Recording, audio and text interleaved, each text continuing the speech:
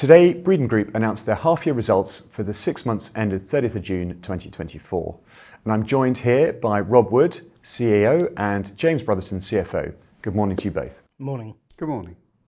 Rob, let's start with you. And could you talk us through the highlights of the first 6 months from your perspective?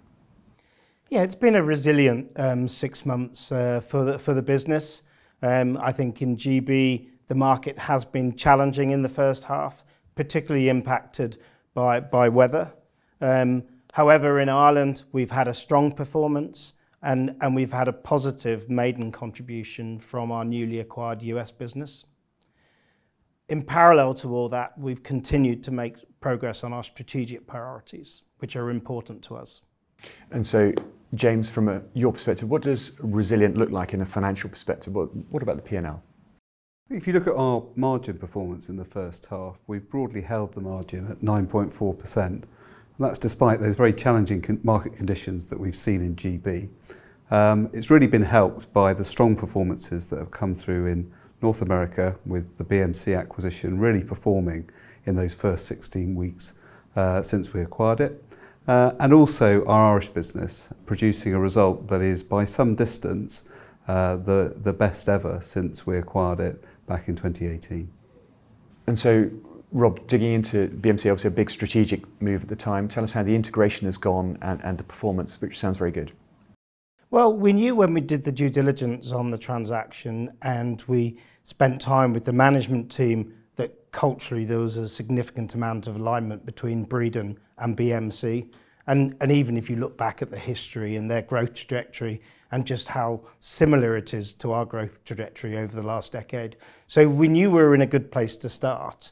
I think what's helped us is that the markets continued to move forward, even though I talked about those challenging weather conditions. But I'm pleased to say that as we sit here after those 16 weeks, we're on plan and ahead of where they were last year. And the integration's progressing well. It's very much focused on the core values and the core principles of Breedon around health, safety and well-being. And that has been our number one priority there. But over and above that, it's been about repositioning the organisational structure so that it's able to facilitate growth as we start to build out our third platform. And James, you also talked about Ireland being a bright spot. What would you bring out of their performance over the last 6 months in particular? They've had a really good tendering season. Tendering for the Irish business is an important part really of the annual business process, and that tendering season has gone particularly well for us. They've also had a number of key project wins, particularly in the south of Ireland, and their execution, particularly around costs and around pricing discipline, has been very good.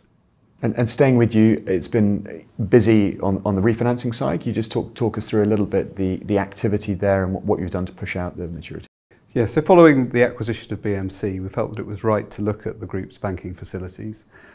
We have renewed and extended our revolving credit facility out to 2028 at slightly better commercial terms. And what that gives us is the balance sheet flexibility to continue to look at investment back into the business.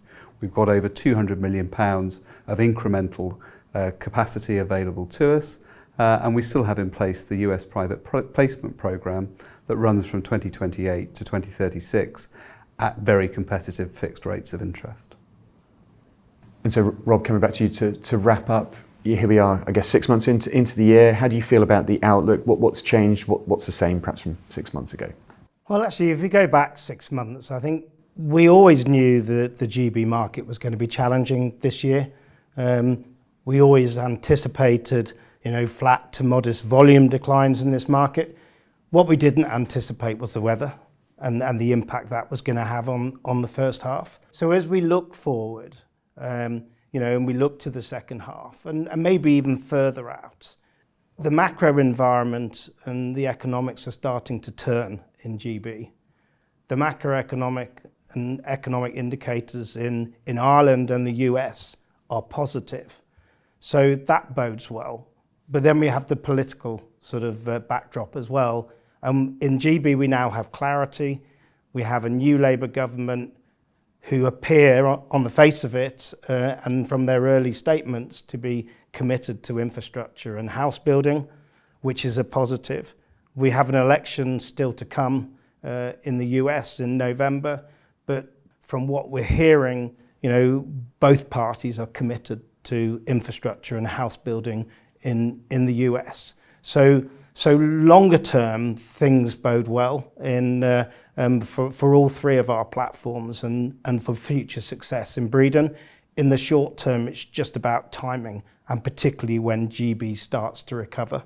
Where we are for this year is that we continue to be very comfortable with expectations and management's expectations for the full year. But given that, the earnings weighting will be slightly skewed to the second half.